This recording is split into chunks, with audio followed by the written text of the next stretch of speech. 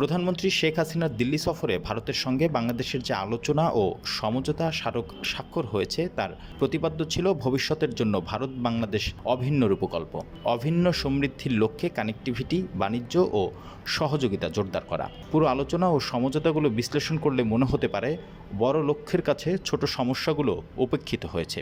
এ সফরের সারাংশ করলে মনে হবে এই রূপকল্প একটা অদৃশ্য পক্ষকে সামনে রেখেই বাংলাদেশ ভারত তাদের সহযোগিতা কাঠামোকে দাঁড় করাচ্ছে।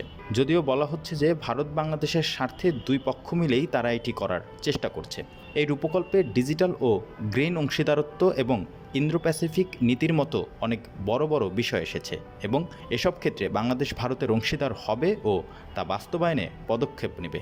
যেমন বাংলাদেশের ভেতর দিয়ে ভারতের গেদে থেকে হাসিমারা পর্যন্ত দেশটির উত্তর পূর্ব অঞ্চলে মালবাহী ট্রেন চলাচল করবে। এর মধ্য দিয়ে উত্তর পূর্ব রাজ্যগুলোর সঙ্গে ভারতের যোগাযোগ আরও বাড়বে এবং শক্তিশালীও হবে।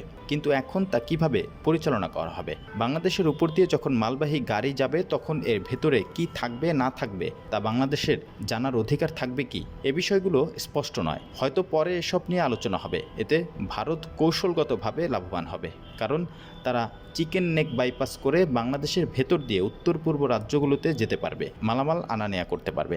এখন এ নিয়ে বাংলাদেশের জনমতে যে প্রতিক্রিয়া দেখা যাচ্ছে তা খুবই স্বাভাবিক, কারণ 15 বছর ধরে কানেক্টিভিটি নিয়ে অনেক কাজ হয়েছে, যার সবচেয়ে সুফলভোগী হয়েছে ভারত। কিন্তু আমরাও তো সুফলভোগী হতে চাই। 2010 সালে প্রধানমন্ত্রী শেখ হাসিনার ঘোষণায় মোংলা ও চট্টগ্রাম বন্দর ভারতকে ব্যবহার করতে দেওয়ার মূল উদ্দেশ্যই ছিল মুক্ত আঞ্চলিক পরিসর তৈরি করা। তার মানে শুধু ভারত নয়, নেপাল, ভুটান সহ সব প্রতিবেশী দেশের সঙ্গে সবার যোগাযোগ তৈরি হবে। কিন্তু নেপাল ও ভুটানের সঙ্গে কি আমরা যথেষ্ট পরিমাণ যোগাযোগ করতে পেরেছি? তবে এ সফরের কয়েকটি ভালো বিষয় আছে। সেগুলোর মধ্যে আছে ভারত, বাংলাদেশ, নেপাল ও ভুটানের মধ্যে সহযোগিতা বাড়ানো। সেখানে ভারতের ভেতর দিয়ে নেপাল থেকে বিদ্যুৎ আনার ব্যাপারে ভারতের সম্মতি আছে।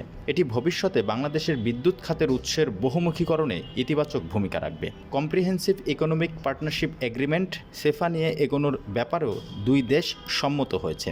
এখন থেকে এ নিয়ে দর কষাকষি শুরু হবে।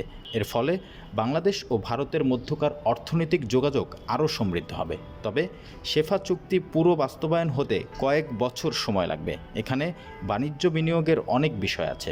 ভারতের সঙ্গে বাণিজ্য শুল্ক বিষয়ে আমাদের যে বাধাগুলো আছে তা কাটাতে কি উদ্যোগ নেওয়া হবে তার কোনো ইঙ্গিত নেই। ভারতে কিছু কিছু পণ্য পাঠানোর ক্ষেত্রে আমাদের নানা অসুবিধা আছে। এ বিষয়গুলো অস্পষ্ট থেকে গেছে, যদিও শেফা ধারণা হিসাবে ইতিবাচক। এতে বাংলাদেশের ভারতের বাজারে অংশগ্রহণ ও বিনিয়োগের সুযোগ আরও বাড়বে। আরেকটি ইতিবাচক বিষয় হচ্ছে 2 বছর পর গঙ্গা চুক্তিটি শেষ হয়ে যাবে।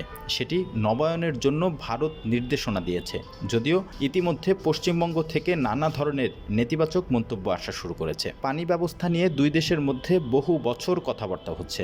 একমাত্র গঙ্গা চুক্তি ছাড়া আরও যে 53টি যৌথ নদী আছে সেগুলোর কোনোটি নিয়ে আমরা চুক্তি করতে পারিনি। তিস্তার চুক্তি 2011 সালে প্রস্তুত হলেও তা স্বাক্ষর হয়নি। এই চুক্তি বাংলাদেশের মানুষের প্রাণের দাবি।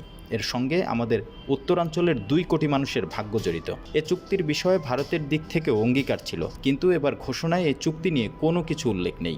নদী অংশীদার হিসেবে পানির হিস্সা আমাদের অধিকারের বিষয়, কিন্তু তিস্তার ক্ষেত্রে যখন বিষয়টি থমকে আছে তখন আরও 53টি নদীর ক্ষেত্রেও সেই প্রভাব পড়বে। আমাদের অধিকার হারানোর আশঙ্কা থেকে যাচ্ছে।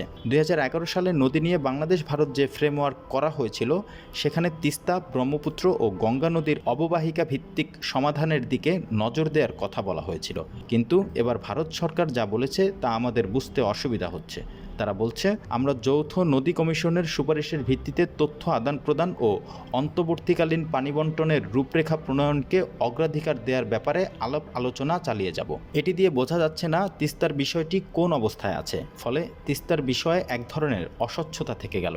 সেই জায়গাটায় আমাদের দিক থেকে আমরা কিছুটা অস্বস্তি বোধ করছি, কারণ এটি আমাদের অধিকারের বিষয়। বাংলাদেশে ভারতের যে টেকনিক্যাল টিম পাঠানোর কথা বলা হচ্ছে তারা বাংলাদেশের অংশে কাজ করবে। তাহলে তিস্তা অববাহিকা নিয়ে আগের দৃষ্টিভঙ্গি থেকে কি আমরা সরে গেলাম? বিষয়টি নিয়ে ডক্টর আইনুন নিশাত, শেখ রোকন সহ আরও অনেকে তুলেছেন। ফলে আমাদের মনে হয় পানির বিষয়টি নিয়ে আমরা এক নতুন তাত্ত্বিক জটিলতার মধ্যে ঢুকে গেলাম। যদিও আমাদের প্রধানমন্ত্রী বলেছেন পানি বন্টন নিয়ে আলোচনা হয়েছে, কিন্তু বৈঠকের যৌথ ঘোষণায় কোনো স্পষ্ট ধারণা পাওয়া যাচ্ছে না। ভারত বিষয়টাকে এক ধরনের ধূম্রজালের মধ্যে নিয়ে যেতে পেরেছে, এটি তাদের দিক থেকে সার্থকতা।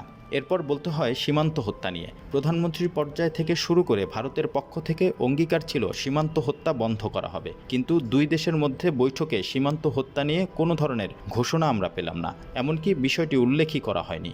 মোটা দাগে আমাদের সমস্যাগুলো সমাধানের জন্য ভারতের দিক থেকে যে উদ্যোগের প্রয়োজন তা নিয়ে আলোচনা হয়েছে কিনা সেটিই প্রশ্ন।